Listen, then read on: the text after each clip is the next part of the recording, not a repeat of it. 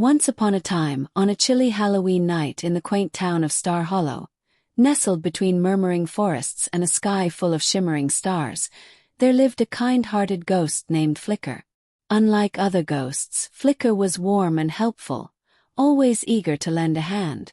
Halloween was his favorite time of year, when the streets buzzed with children in vibrant costumes, and carved pumpkins lit up the night with welcoming grins. In a snug cottage on the outskirts of Starhollow lived a young boy named Theo. Theo had bright, curious eyes and a spirit full of wonder. He adored Halloween because it was the one night he could transform into anything he dreamed of and roam the town with his friends, collecting treats. This year, he was thrilled to dress as a fearless pirate, complete with a wooden sword and a feathered hat. As the sun dipped below the horizon, painting the sky a deep indigo, Theo slipped into his pirate costume. But just as he was about to dash out the door, he froze. His treasured stuffed owl, Captain Feathers, was gone. Captain Feathers wasn't just a toy.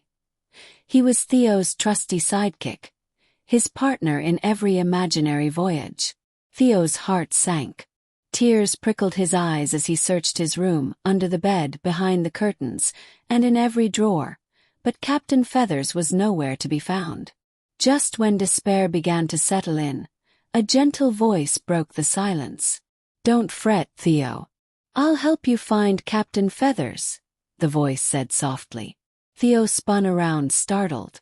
"Who's that?" he asked, clutching his wooden sword. "I'm Flicker, the friendly ghost," the voice replied.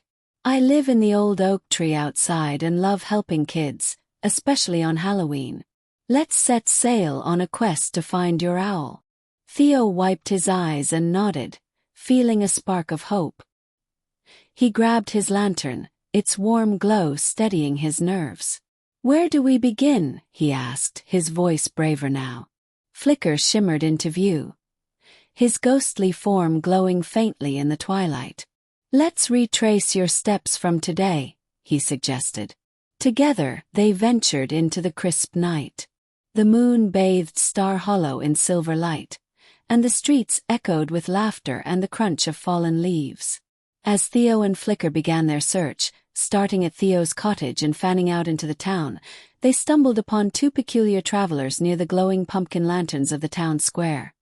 Marco, a lively rabbit with long ears and a notebook tucked under his arm, and Tilda, a calm tortoise with a sly grin and a knack for dry humor. "Whoa, matey!" Marco exclaimed, his ears twitching with excitement as he scribbled in his notebook.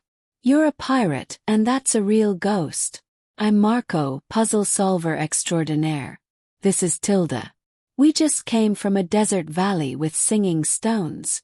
Seen a stuffed owl around." Theo's eyes widened. "I'm Theo, and this is Flicker.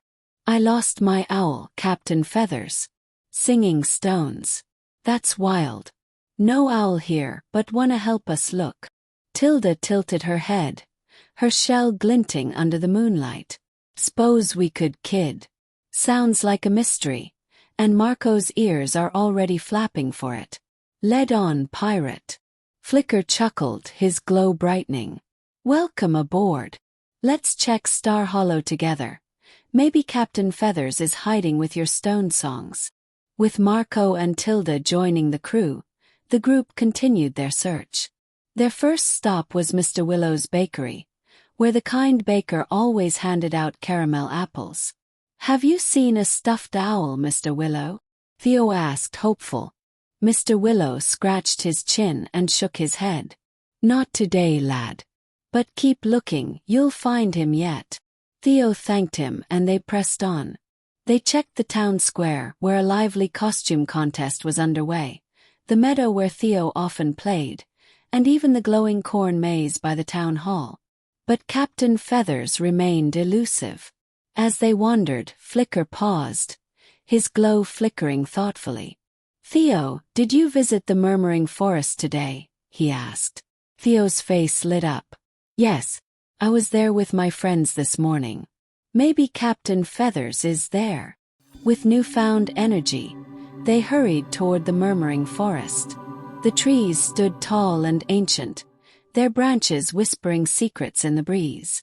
The forest was a magical place, especially on Halloween, rumored to hum with enchantments and playful spirits. Theo, Flicker, Marco, and Tilda ventured deeper, their lantern casting dancing shadows on the path. The forest seemed alive. Fireflies twinkled like tiny stars, and the air felt warm and inviting. Then, a faint rustling caught their attention, coming from a cluster of ferns near a gnarled tree. Theo's pulse quickened as they crept closer. Peering through the ferns, they spotted Captain Feathers, tucked among soft moss, looking slightly ruffled but safe. "Captain Feathers!" Theo exclaimed, scooping up his owl and hugging it tightly. "I thought I'd lost you."